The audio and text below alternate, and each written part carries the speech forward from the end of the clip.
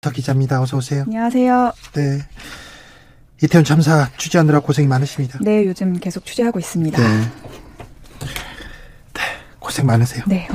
오늘은 어떤 얘기부터 먼저 할까요? 오늘 이태원 참사와 관련해서 이제 대응의 문제점이 계속 드러나고 있는데요. 네. 규명될 게 참 많은데 오늘 좀 짚어볼 만한 거는 대통령실, 행안부, 그리고 경찰청까지 이어지는 이 보고 체계가 어떻게 무너졌는지에 대해서 좀 규명해야 될 게 좀 봐야 될 것 같아요. 네. 지금 경찰이 왜 이렇게 못했는지, 보고는 했는지, 지휘를 했는지 계속 경찰 책임론이 나왔는데 그 윗선은 그리고 다른 부서는 과연 뭐 잘못이 없나요? 한번 좀 들여다보겠습니다. 네, 가장 관건은요. 이 사건을 총 지휘해야 될 두 사람이죠. 서울경찰청장 그리고 경찰청장이 생각보다 굉장히 늦게 이 사건을 보고받았거든요. 아니요. 뉴스 보고 국민들은 다 알았는데. 네.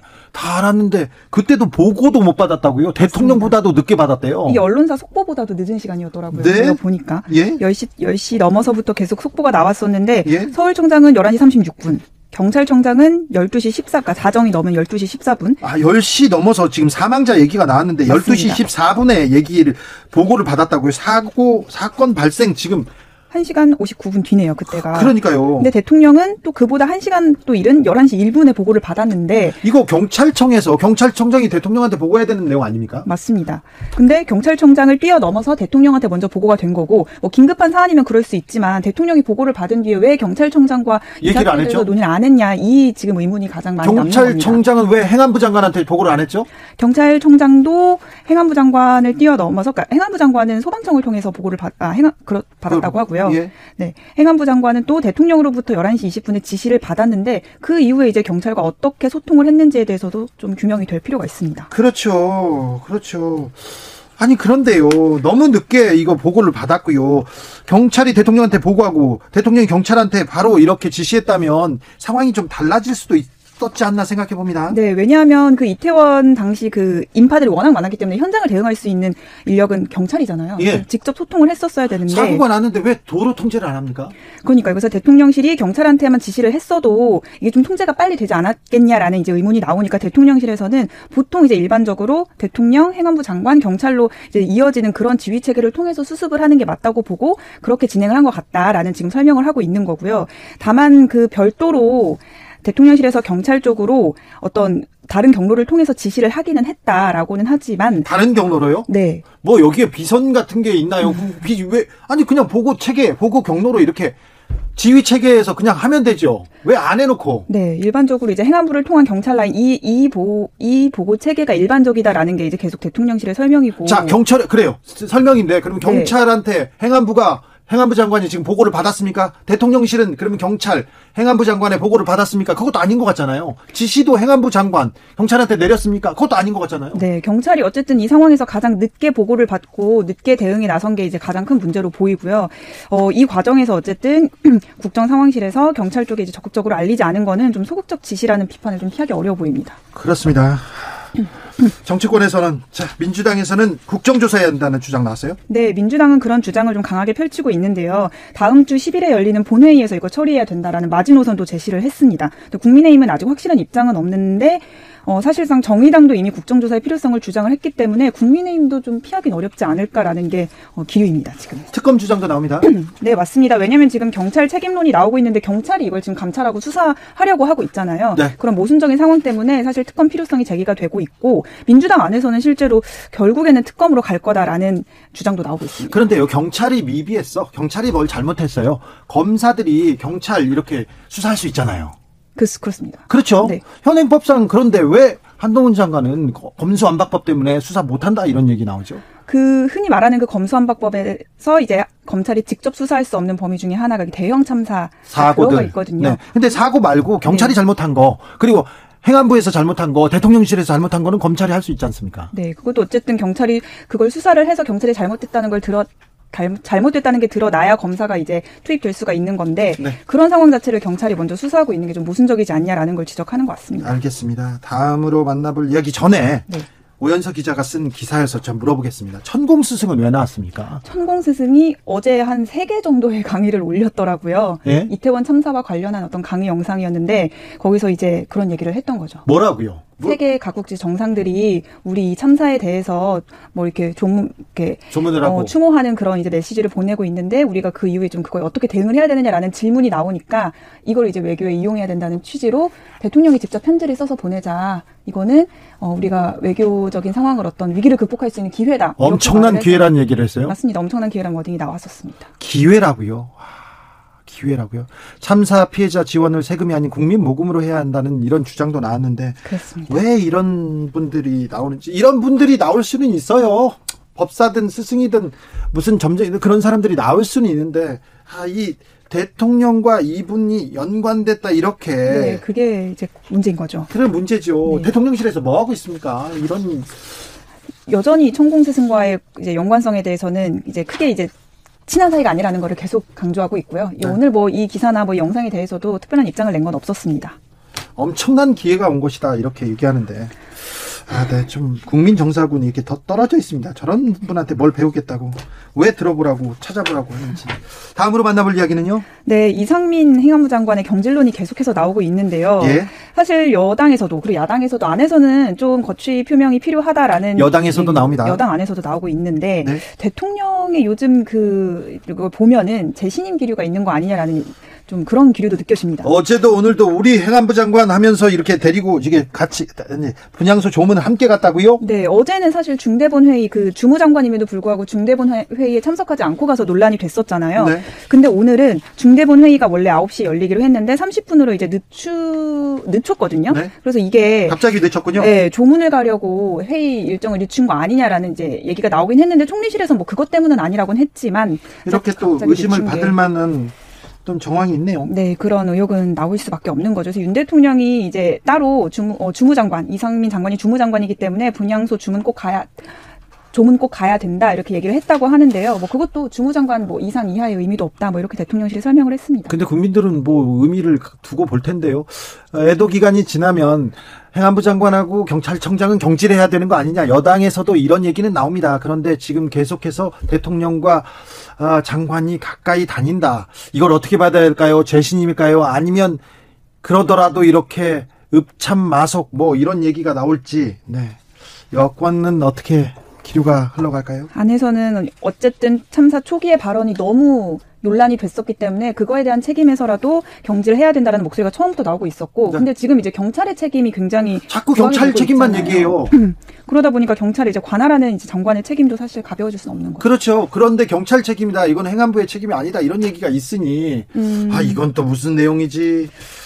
어쨌든 5일까지 그 애도 기간이 끝나고 나면은 어떻게 해서든 뭐 이상민 장관에 대한 거취는 결정이 되지 않을까라는 전망이 나오고 있습니다. 알겠습니다. 네. 참사 취재하느라 고생 많으세요. 네, 열심히 하겠습니다. 네, 너무 고생하세요. 네, 기자들의 수다 한결의 오연서 기자였습니다. 감사합니다. 교통정보센터 다녀오겠습니다. 이현 씨.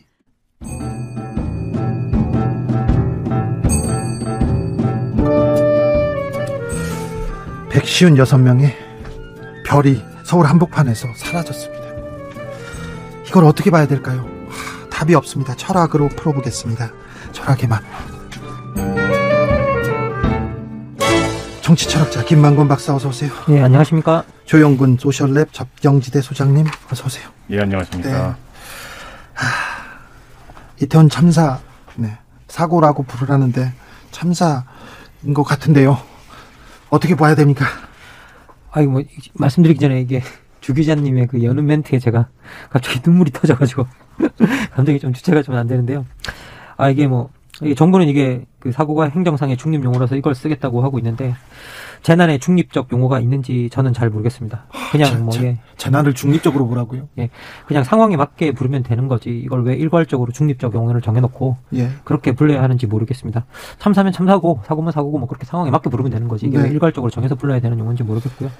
그리고 저는 개인적으로 국가가 예측 가능한 재난 상황에 대해서 보호의 의무를 다 하지 않아서 일어난 사고라고 생각하고 이게 대규모 대형 사고이기 때문에 전 참사라고 생각합니다. 네. 그리고 뭐 여기서 희생된 분들의 명복을 빌고 그리고 유가족들에게도 깊은 위로를 전하고 싶습니다. 예, 뭐 참담한 마음 다 마찬가지일 텐데요. 지금 이걸 굳이 사고라고 부르는 분들하고 말장난하고 싶은 생각이 없습니다. 정말 이럴 때가 아니고요. 지금 이번에 정부에서 한덕수 총리가 지금 외신 기자회견할 때 뒤에 붙여놓은 거기 보면 이태원 인시던트라는 영어로 썼는데 인시던트라는 표현이 이게 사고인데 인시던탈이라고 하는 단어가 있잖아요. 네. 그게 보면은 우연한, 부차적인 뭐 이런 뜻이거든요. 그러니까 이거는 재난을 뜻하는 디제스터도 아니고 액시던트보다도 가벼운 상당히 가벼운 의미를 가리키는 단어입니다. 네. 그러니까 지금 정부가 어떻게 이 상황을 인식하고 있는지를 보여주는 하나의 상징적인 사건이 아닌가 싶기도 하고요. 이런 식으로 국민들을 더 슬프게 하지 말았으면 좋겠습니다. 네. 정부에서는 계속 인시던트 얘기를 하는데 외신에서는 디제스터 그리고 캐타스트로피, 대참사라는 얘기를 하고 있습니다. 이 정부는, 윤석열 정부는 자유만 있고 책임은 없는가, 이런 생각도 해봅니다. 이런 참사에 국가는 어디 있는가 항상 생각하게 됩니다. 국가의 책임은 어디까지 봐야 됩니까? 저는 국가의 책임은 처음부터 끝까지라고 생각합니다. 네. 예방하지 못했으니 책임져야 되고, 그리고 사고를 수습해야 되고, 원인을 규명해야 되고, 책임자를 처벌해야 되고, 그리고 여기서 희생된 분들이 잊혀지지 않도록 기억하는 일이 우리 정부가 책임을 져야 되는 일이라는 생각이 들고요. 네. 그리고 이제 그 책임자가 단순히 꼬리 자르기식의 어떤 그런 것들이 아니라 전체적으로 국민의 안전을 책임져야 하는 그런 고위 지도자들까지 모두 포함되어서 함께 책임을 져야 된다라고 명백하게 말씀드리고 싶습니다. 예전에 전통시대 때 보면 재난이 닥치면은 군주가 임금님이 반찬 가지 수술이고 맛있는 거 안 먹고 계속 그러다가 나중에 계속 심해지면 무릎 꿇고 석고 대죄를 했습니다. 네. 본인이 자기가 죄인이다라고 이야기를 하는 거죠.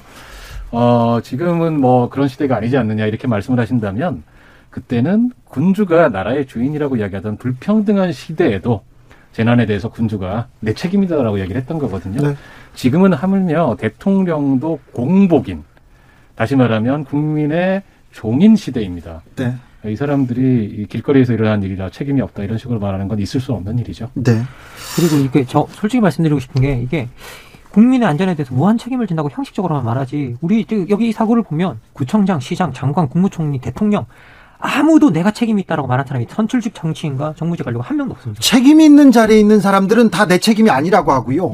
책임이 없는 국민들은 다 내 탓이요. 내가 미안해. 내가 사과합니다. 내가 사죄합니다. 이렇게 얘기합니다. 그러니까 정작 미안하다고 하고 고통받고 있고 울고 있고 이런 분들은 거기 현장에서 수습한 시민들, 경찰들, 소방관들입니다. 네. 그분들이 자기가 책임이 있다고 그러고 여기에 문제가 있다고 그러고 이야기를 하는데 아니 정작 여기 책임을 져야 될 지도자들은 뭐 하고 있는지 제가 어떻게 보면 가장 책임을 져야 될 주무장관께서는 심지어는 선동성 정치적 주장하지 마라. 네. 이런 얘기까지 하지 않으셨습니까? 참 정말 추모와 추궁, 추모는 하되 추궁은 하면 안 된다. 추모와 추궁의 시간을 나눠요. 이게 물리적으로 이게 나누는 게 가능한지 모르겠어요. 비탄에 빠진 국민들을 몰아세우는 이런 강요를 하고 있지 않나 이런 생각하는데요. 이게 추모의 기간 동안 추궁을 하면 안 됩니까? 그건 무슨 말도 안 되는 소리를 하고 있는지 모르겠는데요. 기본적으로 우리가 모든 정확한 애도, 모든 진실한 애도는 어떤 일이 일어났는가, 그리고 그 사고에 책임 있는 사람은 누군가를 명확하게 규명할 때 애도도 할 수 있고 그것이 가능한 겁니다. 그 사안을 어떻게 해석하고 증명하고 어떻게 결론을 맺어야 될 거 아닙니까? 그렇죠. 왜 이런 일이 있었다고. 네. 지금 그런 면에서 보면은 이 국가 애도 기간이라고 하는 것을 선포하지 않았습니까? 이게 역사상 두 번째인데, 마치 애도 기간 동안에는 그런 이야기를 하면 안 되는 것처럼, 사실 저희 누구나 다 지금 자발적으로 애도하고 있습니다. 네, 충분히 아파하고 있습니다. 애도하고 애도 기간 하지 않아도 다들 하고 있는데, 만약에 지금 정부에서 나서서 우리가 이게 정말 우리 책임이고 끝까지 다 규명하고 제대로 책임지겠다, 내 잘못이다라고 이야기를 하면 진정성을 이해를 하겠어요. 근데 그러지 말자. 그런 말 안 하면서 국가 애도 기간 그동안은 우리 추궁하지 말고 추모합시다. 그러면 저희가 진정성을 의심할 수밖에 없죠. 애도 계엄령도 아니고요. 네. 하지만 이렇게 계속 정부가 강제하니까 슬픔이 분노로 바뀌고 있습니다. 자꾸 회피하고 있으니 이렇게 분노로 바뀌고 있습니다. 지금처럼님께서 주 기자님, 김만권 교수님 말씀 들으면서 저도 눈물이 납니다. 12구 참사라고 불러야 되는 거 아닌가요? 얘기합니다. 하이드님께서 무한 책임이라는 단어를 면피용으로 사용하고 있습니다. 이렇게 얘기하는데 또 국가에서 또 이런 얘기를 해요. 애도 기간이다 하니까 음악 공연은 줄줄이 취소되고 있습니다. 그런데 애도의 모습이 조금 다를 수도 있지 않습니까? 어떻게 음악보다 더 위로를 주는 게 있습니까? 이렇게 얘기할 수도 있고요. 그리고 또 다른 방식의 애도가 있는데 이 부분은 어떻게 봐야 될까요? 저는 선생님 말씀하시죠. 예, 아니 이건 제 주변에서 사실은 아마 많을 거예요. 이걸로 지금 피해를 입고 있는 우리 영세한 소상공인들, 그다음에 또 문화예술인들이 굉장히 많습니다. 아시다시피 지난 거의 3년 동안 코로나로 가장 큰 피해를 입은 분들이 역시 이분들이거든요. 예. 근데 사실 지금 국가 애도기간을 선포하고 그걸 주도하고 있는 우리 대통령 이하 각종 공무원 여러분들 월급 꼬박꼬박 잘 받으세요. 아무 문제가 없습니다. 근데 이분들은 이게 생계가 달린 문제거든요. 그런데 사실은 이분들은 자신들이 책임이 있다라는 말도 안 하고 잘못했단 말도 크게 안 하면서 이 피해는 오히려 이런 정말 영세한 분들, 열심히 살아가는 생활인들, 이 사람들에게 지우게 하고 있는 거죠. 저는 뭐가 크게 잘못됐다. 주객이 전도됐다. 이런 생각이 드는 것이고, 추모하는 마음 다른 방식으로 표현할 수 있습니다. 노래를 부르면서 할 수 있고, 우리가 함께 모여서 뭔가 이야기를 나누면서도 할 수 있고, 근데 이걸 모이지 못하게 하는 것 자체는 사실은 저는 오히려 사람들에게 자발적인 애도의 마음을 갖지 못하게 만드는 그런 부작용도 있지 않나, 이렇게 걱정이 됩니다. 더 걱정이 되는 것은, 그러니까 왜 이태원에 갔어? 하면서 희생자들을 비난하는 글들이 여기저기서 올라온다는 겁니다. 세월호 유가족께서 방금 전에 그 얘기를 했어요. 너무 거기에 고통받지 마시라고. 더 많은 따뜻한 사람들이 있는데 왜 이렇게 누군가를 이렇게 비난하려고 할까요? 희생양을 찾으려고 할까요? 저도 솔직히 말하면 저는 그게 이유를 모르겠습니다. 이게 왜 그러는지. 박사님 모르는 게 있었나요? 이게 그게 좋은 이유든 아닌 이유든 있을 거라고 생각을 하지만, 다만 저는 이렇게 말씀드리고 싶은 게, 피해자를 비난하는 거, 이거 문제를 해결하는 방식도 그 어떤 좋은 방식도 아닙니다. 지금 이게 그리고 솔직히 말씀드리면 모든 국민에게 안전하게 놀 권리가 있다고 생각합니다. 네. 그리고 헬로윈이 외로문화다 이걸 왜 따라하는데 그래서 거기에 왜 놀러 갔는데, 그런 사람에 왜 우리가 추모해야 되는데, 이렇게 말씀하시는 분도 많은데요. 우리 모두는 안전하게 놀 권리가 있고, 그리고 각 세대나 뭐마다 그냥 놀이 문화가 서로 다르고, 우리가 가진 어떤 놀이에 대한 생각 자체가 다른 겁니다. 핵심은 헬로윈을 즐기느냐 아니냐가 아니라, 군중이 몰릴 것을 누구나 다 예상할 수 있었음에도 국가가, 지방자치체가, 공권력이 그것에 제대로 대응하지 못했다는 거였습니다. 네. 여기에 책임을 물어야지, 피해자들을 비난하는 건 문제를 해결하는 방식도 아니고 올바른 방식도 아니고, 또 어떻게 보면 가장 잘못된 접근법이다라고 저는 말씀드리고 싶습니다. 놀다가 죽었다, 그런 사람들 왜 우리가 추모해야 되느냐라고 말씀드리는 분들한테 이렇게 반문해보고 싶어요. 우리 국가가 일하다 죽은 사람들은 제대로 추모해 준 적이 있느냐. 네. 한국이 산업재해 사망률 세계 1위를 자랑하는 나라입니다. 네. 그거 줄여보겠다고 올해부터 중대재해처벌법 지금 시행하고 있는데, 처벌법도 아니고 중대재해법이 됐습니다. 예, 그런데 그거를 지금 1호 사건조차도 아직까지 검찰이 쥐고 있는 상황에서 현 정부가 여러 가지 방법으로 무력화시키려고 하고 있죠. 시행령 만들고 또 법 개정안 발의하고 이래가지고 우리는 일하다 죽은 사람들도 제대로 추모해주지 못하고 줄여주지도 못하고 있어요. 놀다가 죽은 사람들도 마찬가지입니다. 우리가 일할 때도 놀 때도 어느 한쪽도 제대로 국가로부터 보호받지 못하는 나라라고 한다면, 이 나라로서 전체 의미가 있는 건가? 이런 질문을 던지고 싶습니다. 책임이 있는 분들이요, 경찰청장, 행안부 장관, 대통령, 이런 분들이 이 사고를 국민들보다 더 늦게 이렇게 합니다. 뉴스 속보보다 훨씬 더 늦게 보고받았다는 것 자체가 조금 놀랍습니다. 국가가 있는지, 외교 위기고 경제 위기인데 이 위기를 윤석열 정부가 과연 잘 관리하고 대처할 수 있을까, 이런 능력은 있는가 계속 의문하게 됩니다. 사실 저는 이제 근대 국가는 그냥 관료 국가고요. 관료 국가는 매뉴얼 국가입니다.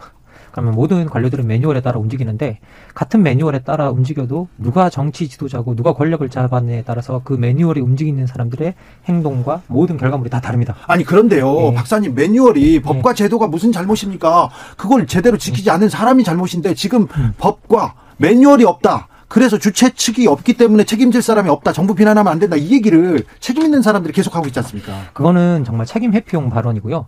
그리고 실제로 그런 것들이 정말 주체적이 없는 행사를 그러면 보호할, 개입할 주체가 없다라고 이야기를 하는 분들이 되게 많은데, 아닙니다. 실제로 법적 근거도 다 있고, 개입해야 되는 법적 근거도 다 있고. 더 개입해야 되는 거 아닙니까? 그렇죠. 그것이 없으면. 그런 거라고 국가가 있는 거죠. 그렇죠. 공무원이 그때 개입하라고 있는 겁니다. 그리고 판례까지 다 나와 있습니다. 그런 말에 속으시면 안 됩니다. 그거는 정말 대놓고 백주대낮에 판례까지 다 있는 사건을 우리를 속이는 겁니다. 네.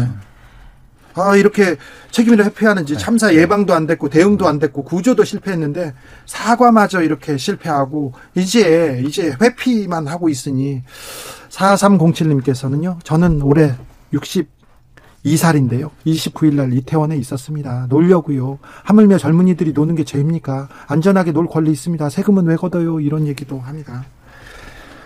그래도요. 이태원 거리에서 심폐소생술에 뛰어든 고등학생들이 있더라고요. 젊은이들이 있더라고요. 그들을 보면서, 그 시민들을 보면서 우리는 희망이 있다, 이런 생각도 하게 됩니다. 늘 저희가 가장 힘들 때 보면 결국은 시민들의 자발적인 연대의식, 우리가 서로 어려울 때 함께하겠다는 그 마음, 어떻게 보면 저 밑에 누가 가르쳐주지 않아도 어떻게 보면 우리가 서로 갖고 있는 그런 마음이겠죠. 저희들이 그런 데 기대야 되고, 이럴 때일수록 서로를 비난하기보다는 그런 점에선 서로 위로하고 서로 따뜻한 말을 해주고 이런 게 필요할 것 같습니다. 네, 그런 분들이 많아요, 더. 네, 실제로 뭐 이제 우리가 나쁜 측면을 보게 되면 뭐 계속 나쁜 것들이 보이는데요. 그런데 제가 말씀드리고 싶은 건 뭐냐라고 하면, 어떤 사고가 터졌을 때 책임져야 되는 사람들은 낮은 곳에 있는 사람들이 아니라 가장 높은 곳에 있는 사람들입니다. 우리가 그 높은 지위를 주고 거기에 많은 보수를 주는 이유는 그런 사고에 미리 대응하라고, 그런 것들을 우리가 지위를 주고 그쵸. 보수를 주는 거고요. 네. 그리고 제대로 대응하지 못했을 때는 거기에 대해서 책임을 지라고 그 자리를 주는 겁니다. 그냥 높은 자리 즐기라고 주는 것 아니고, 높은 자리에 그냥 돈 그냥 많이 받으라고 주는 자리도 아니고, 거기서 그냥 혼자서 행복하라고 주는 자리가 아닙니다. 그래서 그걸 책임질 수 있는 책임 윤리와 직업과 소명의식이 있는 사람이 그 자리에 있어야 됩니다. 그렇죠. 네. 그 측면에서 제가 꼭 정말 짚고 싶은 게 있는데, 이번에 한덕수 총리께서 외신 기자회견을 하시면서 네. 농담을 한 사건이 있었죠. 예. 이게 통상적으로 한국에서 큰일이 일어나고 외신 기자회견을 할 수 있고, 이런 일이 아니었습니다. 이번 건 같은 경우는. 네. 희생자 중에 26명이 외국인이었거든요. 예. 156명 희생도 엄청난 거지만 26명이 작은 게 아닙니다. 26명도 엄청난 사건이거든요. 그럼요. 외신 기자들이 그냥 한국에 무슨 일이 생겼으니까 한국 정부 입장을 들어보겠다고 온 게 아니고요. 그중에 상당수는 피해국가 기자들입니다. 예. 그분들이 한국 정부의 책임을 물은 겁니다. 그렇죠. 그걸 농담으로 받았다는 거죠. 저는 솔직히 그 뉴스를 보고서는, 제가 방송에서 이런 말씀 드려도 괜찮은지 모르겠는데, 미친 건가 싶었어요. 아이고. 제가 정말 너무, 근데 설마 그러진 않았겠죠? 책임감이 없으신 거죠. 여기에 대해서 정말로 진심으로 책임감을 가지셨다면 그렇게 대응하실 수 없었을 거다. 진심으로 더 제대로 이 사태를 대응해 주시기를 정말 진심으로 부탁드립니다.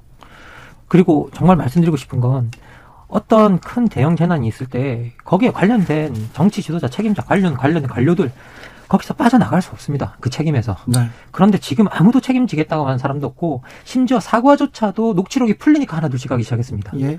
그러니까 사과의 말도 안 하고 책임도 안 지고, 그러면 도대체 그 자리에 왜 있는 겁니까? 그리고 도대체 우리가 이런 시스템을 왜 만들어 놓은 겁니까?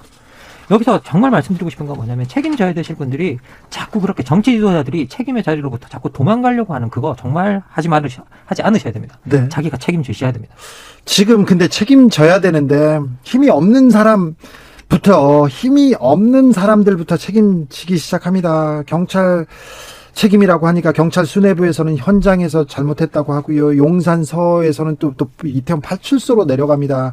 용산서 현장 경찰은 기동대 요청 몇 번이나 했는데 거절당했다고 얘기하는데, 서울청에서는 우리 그런 적 없어 이렇게 긋습니다. 그래서 저 말단 경찰들, 말단이라고는 할 수 없지만 경찰들한테서 이 사고 누구 탓, 니 탓, 내 탓 하는 사이에 그 윗사람들, 책임 있는 사람들은 뒤로 계속 물러서고 있어요. 눈물을 보이고 사과하고 물러서고 있어요. 사라지고 있어요. 서울시의 안전, 이 용산구의 안전을 책임져야 될 분들, 이분들 책임 가볍지 않은데요. 이게 가볍지 않은 정도가 아니죠. 네. 사실 용산구청장 같은 경우에는 정말 책임의 직접적 당사자 중에 한 사람입니다. 이런 사람들은 그냥 솔직히 말하면 저는 그 자리 물러나야 된다고 생각합니다. 자기 스스로 자진해서 물러나야 된다고 생각하고요. 저는 이번에 행안부 장관까지 스스로 그 자리에서 물러나야 된다고 생각합니다. 서울시에서는 왜 관계기관 대책회의 안 했을까요? 다 모여서 하는데, 지난번만 해도 다 했는데 왜 안 할까요? 이런 생각도 계속 들어요. 너무 아쉬운 부분이 많습니다. 최초 신고가 6시 34분 얘기했는데 6시 17분에도 26분에도 압사라는 단어를 언급한 112 신고가 있었어요. 압사라는 단어를 우리가 언제 씁니까? 이분도 처음 썼을 거예요. 막을 기회가 있었는데 철학의 맛 여기서 닫아야 됩니다. 박사님 감사합니다.